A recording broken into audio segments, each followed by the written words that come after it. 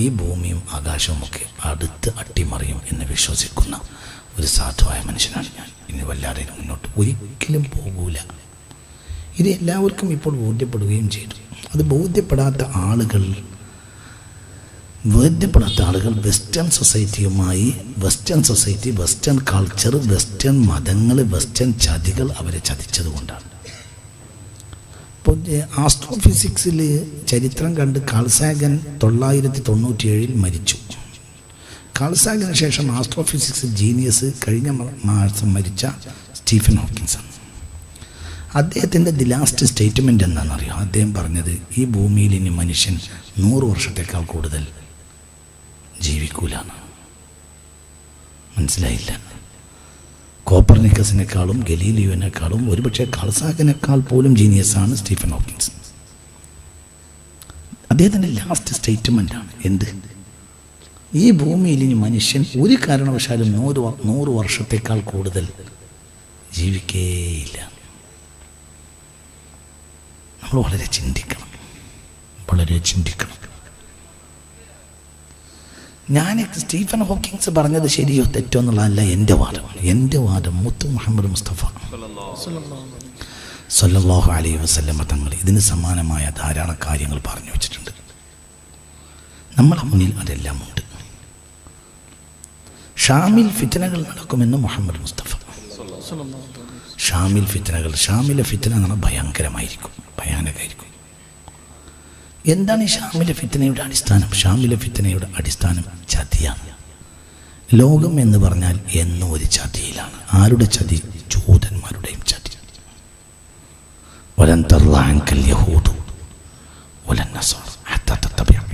ഒരു ചതിയാ ലോകത്ത് നടക്കുന്നു. അവര് സമാവിയായ മതത്തെ നശിപ്പിച്ചു, അവരെ സ്വകാര്യ താല്പര്യത്തിന് വേണ്ടി. അതിനെ നേരെയാക്കാൻ വേണ്ടി മുഹമ്മദിയത്ത് വന്നു സല്ലല്ലാഹു അലൈഹി വസല്ലം. ആ മുഹമ്മദിയത്തിനോട് അവർക്ക് അന്നും ഇന്നും അസൂയാണ്. ഈ മുഹമ്മദിയത്ത് എന്ന് പറഞ്ഞാൽ സല്ലല്ലാഹു അലൈഹി വസല്ലം ആടുമേച്ച് നടന്നിരുന്ന ഒരു സമൂഹമാണ് ലോകത്തിന് മേൽക്കോയ്മ കിട്ടിയത്. അവർ അതിൻ്റെ മുന്നിൽ പരാജയപ്പെട്ടു.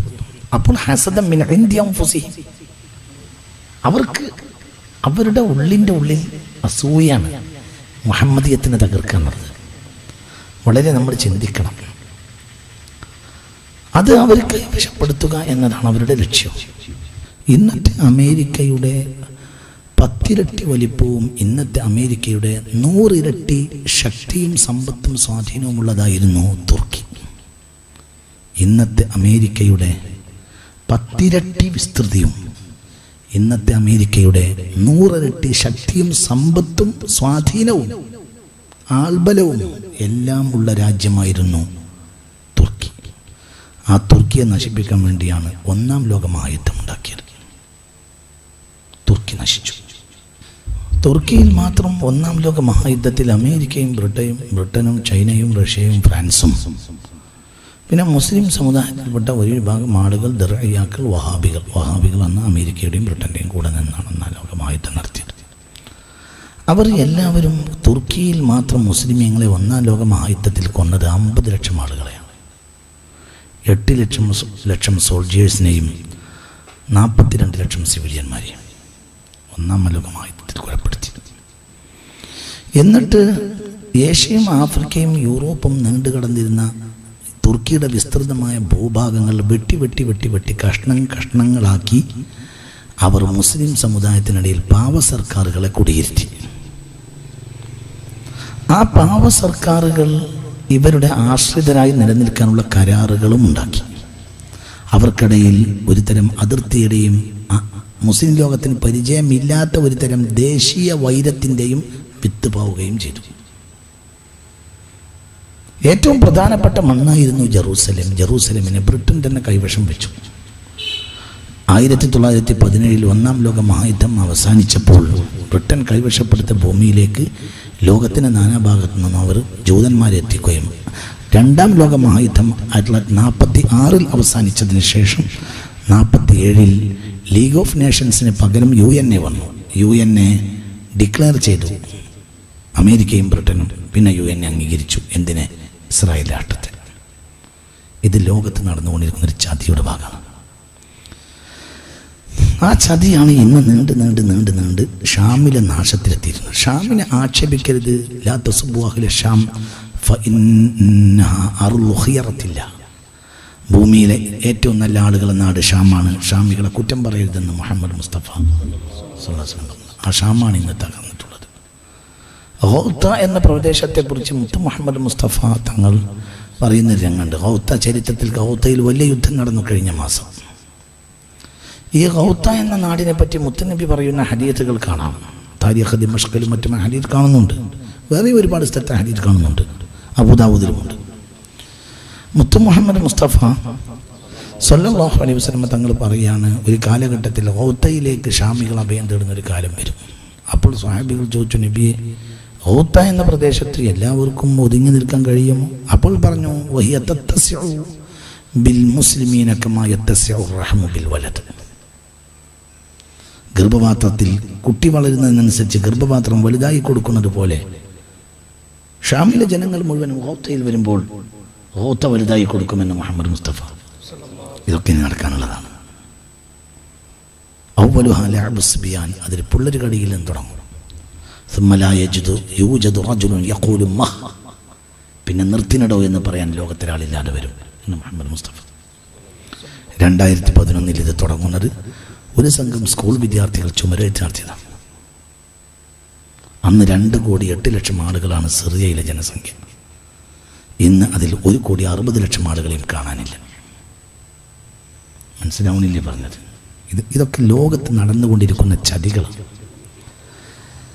ഇതിൽ നമുക്കെന്താ ചെയ്യാൻ കഴിയാൻ? നമുക്കൊന്നും ചെയ്യേണ്ടതില്ല. അവരെ പാർട്ട് അവർ ചെയ്തോളൂ, നമ്മളെ പാർട്ട് നമ്മൾ ചെയ്യാം. നിങ്ങൾക്ക് പറയുന്നത് മനസ്സിലാവുന്നില്ലേ? നമുക്കിതിലൊന്നും ചെയ്യാൻ കഴിയില്ല. എന്ത് ചെയ്യാൻ നമുക്ക് കഴിയുക? നമുക്ക് 2 കാര്യമാണ് ചെയ്യാൻ കഴിയുക. ഒന്ന്, നമ്മളെ ഏൽപ്പിച്ച പാർട്ട് നമ്മൾ ഭംഗിയായി നിർവഹിക്കുക. 2, എല്ലാവർക്കും ചെയ്യാവുന്ന ഒരു പാർട്ടുണ്ട്, അദ്ദുആഉ ലില്ലാഹ്. എല്ലാവരും അള്ളാഹുവോട്. മനസ്സിലാവണില്ലേ പറഞ്ഞത്? പുണ്യ റസൂൽ സ്വല്ലല്ലാഹു അലൈഹി വസല്ലം തങ്ങളോട് ചോദിച്ചു, ഇങ്ങനെയൊക്കെ വന്നാൽ എന്താണ് ചെയ്യാൻ നബിയേ? അപ്പോൾ പറഞ്ഞു, ഹബീബായ റസൂലുള്ളാഹി പറഞ്ഞു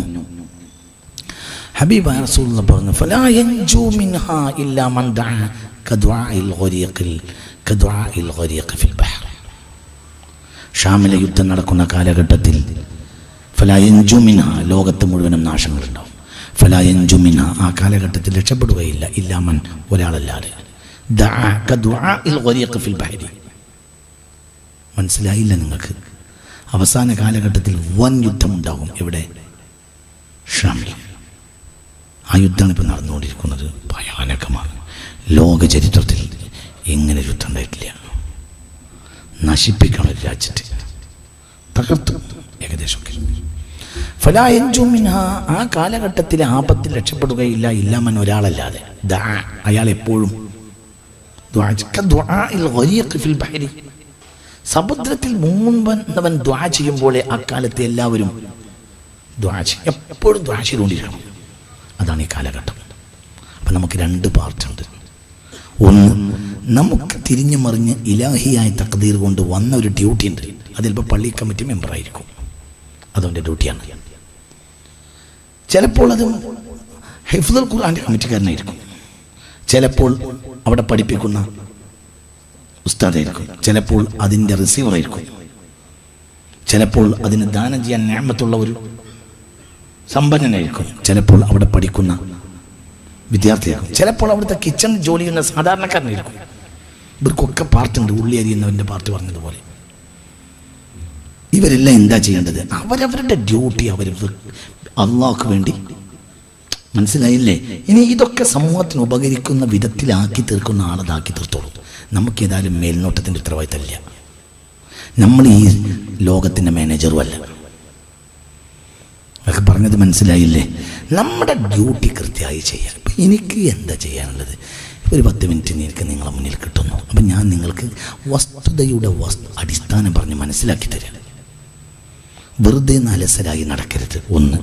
2, ആരെങ്കിലും കാണിക്കാൻ വേണ്ടിയിട്ട് ഒരു തരം കൊട്ടിയാട്ടം പോലത്തെ പ്രവർത്തനങ്ങൾ ചെയ്യരുത്. ഇത് വളരെ ഒരു അവസാനത്തെ പോയിന്റാണ്.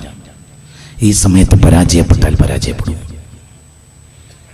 ഇത് നിങ്ങൾക്ക് ശരിക്കും ബോധ്യപ്പെടും. കുറച്ച് കഴിയട്ടെ, നിങ്ങൾക്ക് ബോധ്യപ്പെടും. യാതൊരു സംശയം വേണ്ട. വലിയ ആപത്ത് ലോകത്ത് വരാൻ പോവുകയാണ്. വിത്തിൻ 15 years 3-ാം ലോകമായിട്ടും ഉണ്ടാവും എന്നാണ് ഞാൻ കണക്കാക്കുന്നത്. അള്ളാഹു തആല കാക്കട്ടെ. അത് നിങ്ങൾ ആരാണ്? ഞാൻ ആരുമല്ല. ഇതൊക്കെ പറയാൻ നിങ്ങൾ ആരാണ്? നിങ്ങളൊരു നക്ഷത്രം നോക്കി പറയുന്ന ആളാണോ? അതൊന്നുമല്ല. അങ്ങനെ മനസ്സിലാവും.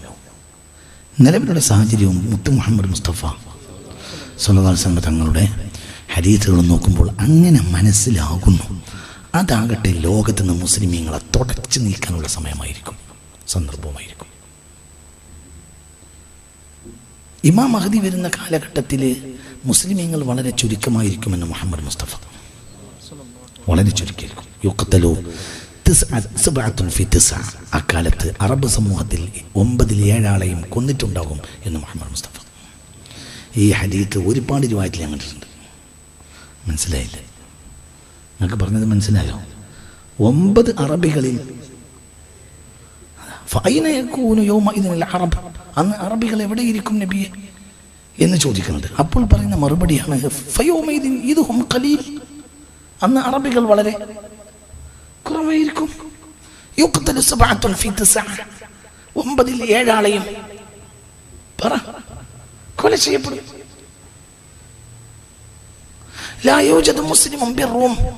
റോമൻ സംസ്കാരമുള്ള നാട്ടിൽ ഒരു മുസ്ലിം ശേഷിക്കുകയില്ല. ഇല്ല ഖതീലൻ ഔ അസീറ. ഒന്നിരിക്കൽ കൊല്ലും, അല്ലെങ്കിൽ അണ്ടർഗ്രൗണ്ടിലേക്ക് മഹ്ബൂസാവും എന്ന് മുഹമ്മദ് മുസ്തഫ. ചിന്തിക്കണം. ലോകത്ത് ഏത് കാലഘട്ടത്തിലും ഇരുട്ടും വെളിച്ചവും തമ്മിലുള്ള സമരം നടന്നിട്ടുണ്ട്. അതിൽ ഇരുട്ട് എന്നും ചതിയുടെ പക്ഷത്താണ് നിൽക്കുക. വെളിച്ചം അങ്ങനെയല്ല. വെളിച്ചത്തിന് എന്തിനോട് ഒരു സഹിഷ്ണുത വെളിച്ചത്തിനുണ്ടായിരിക്കും.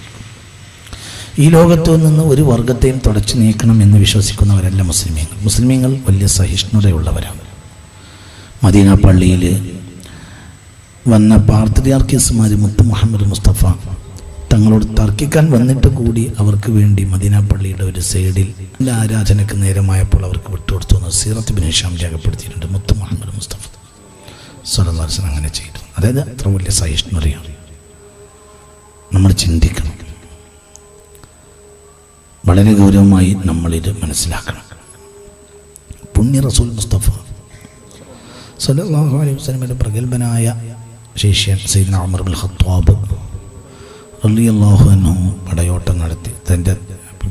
തൻ്റെ പടനായകനായ അംർ ഇബ്നുൽ ആസ് റളിയല്ലാഹു അൻഹു പടയോട്ടം നടത്തിക്കൊണ്ടിരിക്കുന്നതിനിടയിൽ സിനായ് മരുഭൂമിയിൽ സെന്റ് കാത്തറീനിൽ ഒരു മഠം ഉണ്ടായിരുന്നു ക്രിസ്ത്യാനികൾക്ക്. ആ വഴിയിൽ അംർ ഇബ്നുൽ ആസ് റളിയല്ലാഹു അൻഹുവിൻ്റെ പടനായി പോവുകയാണ്. ആ സമയത്ത് ആ മഠത്തിലെ അധികാരികൾ അംർ ഇബ്നുൽ ആസിനോട് വന്ന് പറഞ്ഞു, ആ ഏരിയ മുഴുവൻ ഇസ്ലാമിന് വഴിപ്പെടുകയാണ്. അപ്പോൾ ആ സമയത്ത് ഈ മഠത്തിലെ അധികാരികൾ വന്നിട്ട് മഹാനായ അംർ ഇബ്നുൽ ആസ് റളിയല്ലാഹു അൻഹുവിനോട് പറയാണ്, എന്ത് നിങ്ങളുടെ പിൻഗാമികളാരെങ്കിലും ഞങ്ങളുടെ ഈ ക്രിസ്തീയ മഠത്തെ ആക്രമിച്ചാലോ? എന്നിട്ട് പോലും മഹാനായ അംർ ഇബ്നുൽ ആസ് റളിയല്ലാഹു അൻഹു എന്തിരുന്നറിയോ? തൻ്റെ പട്ടാളത്തിൽ നിന്ന് കരുത്തുറ്റ ഒരാളെ അവർക്ക് പാറാവുകാരനായി നിർത്തി കൊടുത്തു. ഈ ക്രിസ്തീയ മഠത്തിന് ഉമർ ഇബ്നുൽ ഖത്താബിൻ്റെ കൽപ്പന പ്രകാരം മഠത്തിന് പാറാവായി നിർത്തിക്കൊടുത്തു. അത് 1400 കൊല്ലം മുമ്പ് ഹിജ്റ 22 ഈ സംഭവം. ഇത് ഹിജ്റ 1439. ഹിജ്റ 22 ഈ സംഭവം. ഇപ്പോഴും ആ കുടുംബം തന്നെയാണ് ആ പാറാവൻ. ഇപ്പോൾ അവർ 7 ആളുകളുണ്ട്. തലമുറയായി വന്ന് ആ കുടുംബത്തിൽ ഇപ്പോൾ ആണുങ്ങൾ 7 ആൾക്കാണ് ഇപ്പോൾ ചുമതല. എന്തിന് ചുമതല? ക്രിസ്തീയ മഠത്തിന് പാറാവ് നിൽക്കുക. അതിനുള്ള ശമ്പളം ഈജിപ്ഷ്യൻ ഔഖാഫ് കൊടുക്കും. മനസ്സിലായില്ല? ഈജിപ്തിലെ ഇസ്ലാമിക വഖഫ് ബോർഡിൽ നിന്നാണ് ഈ മഠത്തിന് കാവൽ നിൽക്കുന്നവർക്കുള്ള ശമ്പളം. ഈ ആളുകളെ ഈ 2018 ഞാൻ കണ്ടിട്ടുണ്ട്. ബമ്പിൻ്റെ സഹായത്താൽ ഞാൻ ഇടയ്ക്കിടെ ഈജിപ്തിലും മറ്റൊക്കെ പോകാറുണ്ട്. ഈ വർഷം ഞാൻ അവരെ കണ്ടിട്ടുണ്ട്. ഇത് ഇസ്ലാമിൻ്റെ സഹിഷ്ണുതയാണ്.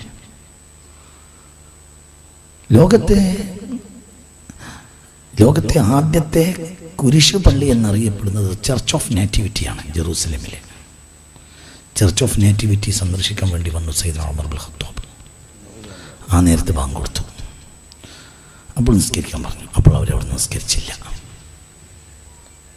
ചർച്ച് ഓഫ് നേറ്റിവിറ്റി എന്നാൽ ചർച്ച് ഓഫ് നേറ്റിവിറ്റി എന്നത് AD 324 കോൺസ്റ്റാന്റിൻ ചക്രവർത്തിയുടെ അമ്മ ഹെലാനയാണ് ഉണ്ടാക്കിയത്. AD 324 കോൺസ്റ്റാന്റിൻ ചക്രവർത്തിയുടെ അമ്മ. Konstantin ചക്രവർത്തിയാണ് Bible മാറ്റിമറിച്ചത്. ബൈബിളിലേക്ക് ഷിർക്കിൻ്റെ സിമ്പലുകളെല്ലാം കടത്തിക്കൂട്ടിയത് കോൺസ്റ്റാന്റൈനാണ്. കോൺസ്റ്റാന്റൈൻ്റെ അമ്മയാണ് ചരിത്രത്തിൽ ആദ്യമായി കുരിശ് കൊണ്ടുവരുന്നത്. AD 324 അവരുണ്ടാക്കിയ ആദ്യത്തെ ഷിർക്കിൻ്റെ കുരിശ് പള്ളിയാണ് ഏത് ചർച്ച് ഓഫ് നേറ്റിവിറ്റി. ഈ ചർച്ച് ഓഫ് നേറ്റിവിറ്റിയിൽ സന്ദർശിക്കുകയാണ് ആര്? ഹിജ്റ 22 സയ്യിദ്നാ ഉമർ ഇബ്നുൽ ഖത്താബ്. ആ സമയത്ത് നിസ്കരിക്കാൻ പറഞ്ഞു, നിസ്കരിച്ചില്ല. അവിടെ നിസ്കരിച്ചോളൂ എന്ന് പറഞ്ഞു. അതേ സമയത്ത് നമ്മളെ പള്ളിയുടെ സൈഡ് നിസ്കരിക്കണം. അവരെ ആരാധനക്ക് അവർക്ക് വിട്ടുകൊടുത്തത് അത് കണ്ട ഉമർ ഇബ്നുൽ ഖത്താബ് റളിയല്ലാഹു അൻഹു ഈ സ്ഥലത്ത് നിസ്കരിച്ചില്ല. എന്താ കാരണം എന്ന് വെച്ചാൽ പറഞ്ഞു, പിൽക്കാലഘട്ടത്തിൽ ഉമറിൻ്റെ മസ്ജിദ് എന്ന പേരിൽ ആരെങ്കിലും ഈ ഒരു ദേവാലയത്തിൻ്റെ ഒരു ഭാഗത്തിന് അവകാശവാദം ഉന്നയിച്ചാലോ എന്ന് പറഞ്ഞ് നേരെ പുറത്തൊരു പാറയുണ്ട്. ആ പാറപ്പുറത്ത് വന്ന് നിസ്കരിച്ച്. ആ പാറപ്പുറത്ത് പിന്നീട് നൂറ്റാണ്ടുകൾ കഴിഞ്ഞ മുസ്ലിമീങ്ങൾ പള്ളി ഉണ്ടാക്കിയതാണ് മസ്ജിദ് ഉമർ. മനസ്സിലായില്ല? പറഞ്ഞതുപോലെ സംഭവിച്ചു, പക്ഷെ അത് എവിടെയല്ല, മനസ്സിലായില്ല. ഉമർ നിസ്കരിച്ച സ്ഥലം എന്ന പേരിൽ പിൽക്കാലത്ത് മുസ്ലിമീങ്ങൾ എന്ത് ചെയ്തു? ആ പാറപ്പുറത്ത് പള്ളി ഉണ്ടാക്കി. ഇത് രണ്ടിൻ്റെയും ഇടയിൽ ഏകദേശം ഒരു 200 മീറ്ററാണ് അകലം. പള്ളിക്ക് പൂർണ്ണമായി, ചർച്ചിന് പൂർണ്ണമായി പുറത്ത്. ഇതാണ് മുസ്ലിമീങ്ങൾ. പക്ഷേ AD 10-ാം നൂറ്റാണ്ടിൽ കുരിശ് പടയാളികൾ, AD 11-ാം നൂറ്റാണ്ടിൽ കുരിശ് പടയാളികൾ നേരെ വന്നിട്ട് എന്താ ചെയ്തതെന്നാൽ ബഹുമാനപ്പെട്ട ബൈത്തുൽ മുഖദ്ദസിൻ്റെ മെഹ്റാബ് തകർത്തു. എന്നിട്ട് മെഹ്റാബിനെ അവർ കുതിരലായമാക്കി. മനസ്സിലായോ പറഞ്ഞത്? എതിർഭാഗത്ത് അവരുടെ കബില നമുക്ക് നേരെ എതിരാണ്. അപ്പം നമ്മുടെ മെഹ്റാബ് തിരിഞ്ഞ നിൽക്കുന്ന മെഹ്റാബിനെ അവർ പൊളിച്ചിട്ട് അവിടെ എന്താക്കി? കുതിരലായമാക്കി. നേരെ എതിർഭാഗത്ത് നമ്മൾ ചെരുപ്പ് വെച്ച് കയറുന്ന ഭാഗത്തെ അവർ പ്രധാനപ്പെട്ട പള്ളിയാക്കി. AD 1099 ആ പള്ളി പിന്നെ തിരിച്ചു പിടിക്കുന്നത് AD 1187 സുൽത്താൻ സലാഹുദ്ദീനാണ് റഹ്മത്തുള്ളാഹി അലൈഹി. മനസ്സിലാവണില്ലേ പറഞ്ഞത്? മുസ്ലിമീങ്ങളെ സഹിഷ്ണുത അത്ര വലുതാണ്. മുസ്ലിമീങ്ങൾ ലോകത്തെവിടെയും നന്മ ആഗ്രഹിക്കുന്നവരാണ്. അത് നമ്മൾ അങ്ങനെ ചെയ്യാവൂ. ഒരിക്കലും ഭീകരവാദികളെ കൂടെ പോകരുത്. അത് നമ്മുടെ രീതിയല്ല. തീവ്രവാദം നമ്മുടെ രീതിയല്ല, ഭീകരവാദം നമ്മുടെ രീതിയല്ല. അത് രാജ്യത്തിനും സമുദായത്തിനും സമൂഹത്തിനും ഭൂമിക്കും പ്രകൃതിക്കും ഒക്കെ വിരുദ്ധമാണ്. എന്ത്? ഭീകരവാദം. എന്നൊക്കെ പറഞ്ഞത് മനസ്സിലായില്ലേ? ഒരു നിരപരാധിയും ആക്രമിക്കാൻ പാടില്ല, ഒരു ഉപജാപ പ്രവർത്തനവും പാടില്ല. നമ്മളെല്ലാം നേരിൻ്റെ ആളുകളാണ്. നേരാണ് നമ്മുടെ ലക്ഷ്യം. പിന്നെ ഒരു പേടിയും വേണ്ട.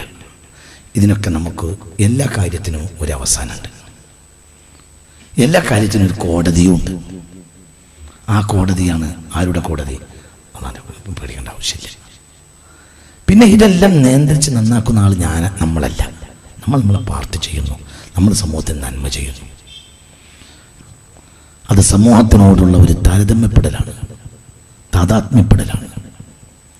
അത് സമൂഹത്തിൻ്റെ കൂടെ നിൽക്കലാണ്. അത് കഷ്ടപ്പെടുന്നവൻ്റെ കൂടെ നിൽക്കലാണ്. അത് വേദനിക്കുന്നവൻ്റെ കണ്ണീരൊപ്പലാണ്. അയ്യുൽ അഅ്മാലി അഹബ്ബു ഇലല്ലാഹ്, കർമ്മങ്ങളിൽ അല്ലാഹ്ക്ക് ഏറ്റവും ഇഷ്ടമുള്ള കർമ്മം എന്താണെന്ന് മുഹമ്മദ് മുസ്തഫ തങ്ങളോട് ചോദിക്കപ്പെട്ടപ്പോൾ പുണ്യ റസൂൽ പറഞ്ഞു, സുറൂറുന്നാണ് തുദ്ഖിലുഹു ഫീ ഖൽബിൻ, ഒരു ഹൃദയത്തിലേക്ക് ഇട്ടുകൊടുക്കുന്ന ഒരു സന്തോഷമാണത്. മനസ്സിലായില്ല? ഒരു ഹൃദയത്തിന് ഒരു സന്തോഷം നൽകാൻ കഴിഞ്ഞാൽ അതായിരിക്കും അള്ളാഹുവിന് ഏറ്റവും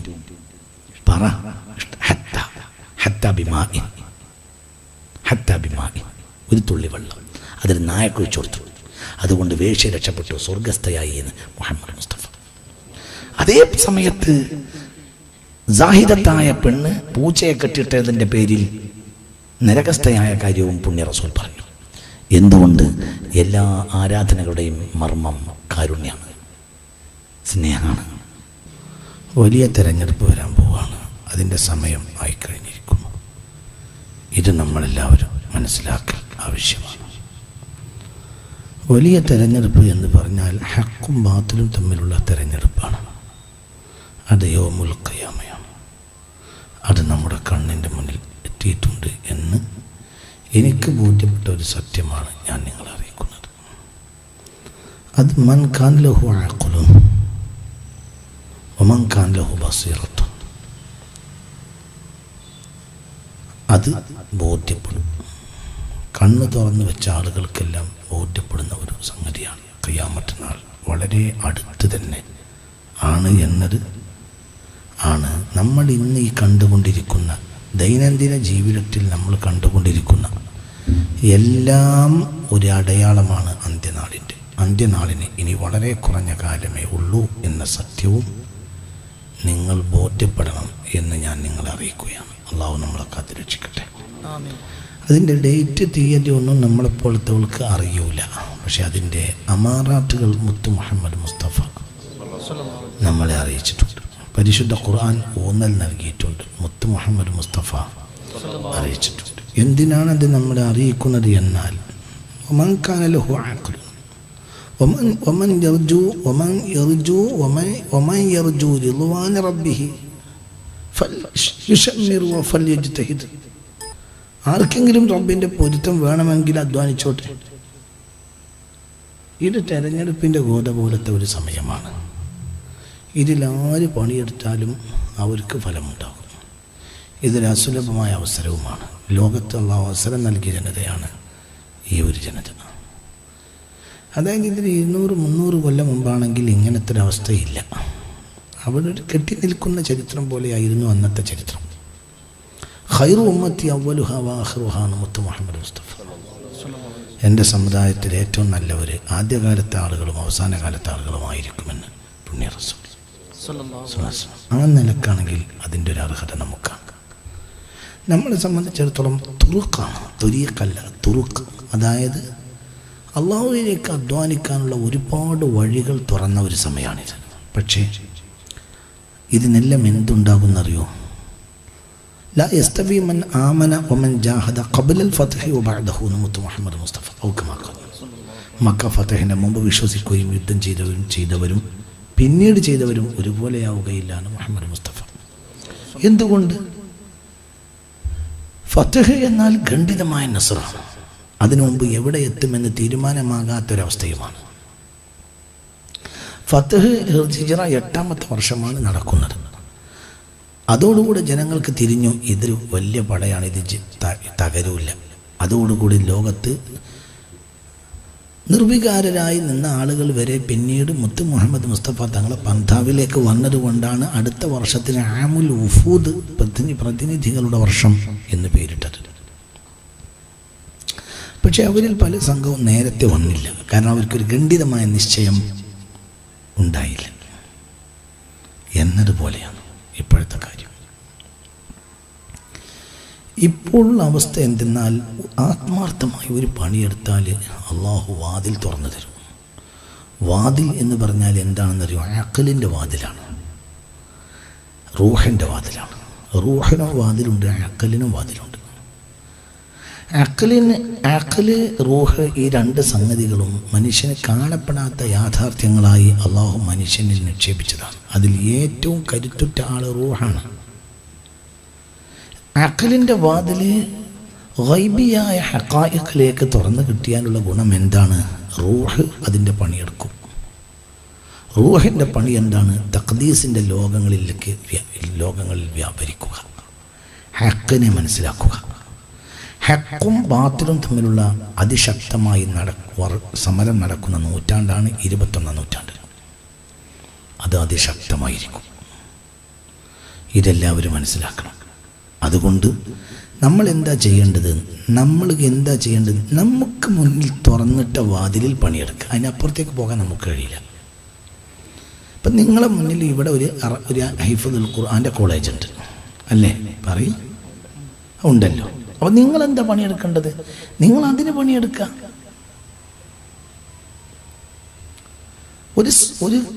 ഒരു കർമ്മസജ്ജമായ സൊസൈറ്റി എന്ന് പറഞ്ഞാൽ ഒരു കല്യാണം പോലെയാണ്. കല്യാണത്തിൽ ഒരാളെ ഉത്തരവാദിത്വം കസേര പോലെയുള്ള സാധനങ്ങൾ എത്തിച്ച് അത് നിരത്തുക എന്നുള്ളതായിരിക്കും. വേറൊരാൾ ഉത്തരവാദിത്തം റിസപ്ഷൻ പിന്നെ ഒരു വെൽക്കം കോൾ കൊടുക്കുക, വെൽക്കം ഡ്രിങ്ക് കൊടുത്ത് ആളുകളെ സ്വീകരിക്കുക എന്നതായിരിക്കും. വേറൊരാൾ ഉത്തരവാദിത്തം ആണുങ്ങളുടെയും പെണ്ണുങ്ങളുടെയും ഒക്കെ ഭക്ഷണം കൊടുക്കുന്ന അതിൻ്റെ ഏരിയകളൊക്കെ കൃത്യമല്ലെന്ന് നോക്കുകയായിരിക്കും. വേറെ ആളുകൾ ഭക്ഷണത്തിൽ മുഴുകും. ആ ഭക്ഷണം ഉണ്ടാക്കുന്ന ഒരു 1000, 1500, 2000 ഒക്കെ ആളുകൾ വരുന്നൊരു കല്യാണത്തിന് ഭക്ഷണം ഉണ്ടാക്കുന്ന ആളുകൾ ഓരോരുത്തർക്കും വിവിധ പാർട്ടികളായിരിക്കും. ഒരാൾക്ക് ഉള്ളി ഇങ്ങനെ വെട്ടുന്ന പണിയായിരിക്കും, ഒരാൾക്ക് ഇറച്ചി കഴുകുന്ന പണിയായിരിക്കും, വേറൊരാൾക്ക് ഇറച്ചി തിളപ്പിക്കുന്ന പണിയായിരിക്കും, വേറൊരാൾക്ക് അരി കഴുകുന്ന പണിയായിരിക്കും, വേറെ ആളുകൾക്ക് മസാല പൊടിക്കുന്ന പണിയായിരിക്കും.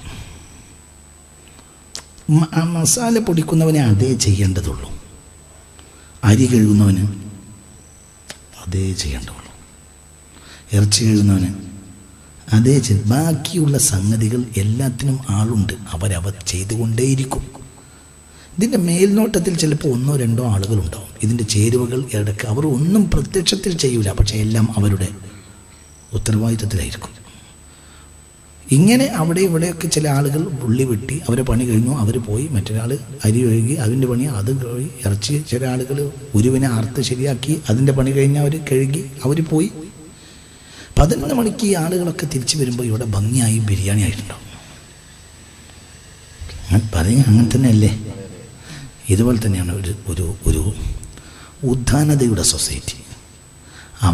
അവരവരുടെ പാർട്ടി ചെയ്യേണ്ടുള്ളൂ. മനസ്സിലായില്ലേ? എൻ്റെ ഒരു പണിയാണിത്. ചില ആളുകൾക്ക് ആളുകളെ സംഘടിപ്പിക്കാൻ വല്ലാത്ത കഴിവായിരിക്കും. എൻ്റെ സുഹൃത്ത് ബഹുമാനപ്പെട്ട അബ്ദുള്ളയെ പോലെ അവരെ കഴിവ് നമ്മളെ കഴിവ് രണ്ടാണ്. ആ കഴിവ് ഈ കഴിവല്ല, ഈ കഴിവ് ആ കഴിവല്ല. ഈ കഴിവുകളെല്ലാം ഈ ബിരിയാണിയുടെ സമൂഹത്തെ പോലെയാണ്. ഇതെല്ലാം ഒത്തുചേരുമ്പോൾ ആളുകൾക്ക് സ്വാദിഷ്ടമായ ഭക്ഷണമായി തീരും എന്നതുപോലെയാണ്. അവനവൻ്റെ പാർട്ടി ചെയ്താൽ മതി. പക്ഷേ വമാ ഉമിറു ഇല്ലാ ലിയഅ്ബുദുല്ലാഹ മുഖ്ലിസീന, അവനവൻ ചെയ്യുന്നത് ഇഖ്ലാസോടുകൂടി ചെയ്യാം.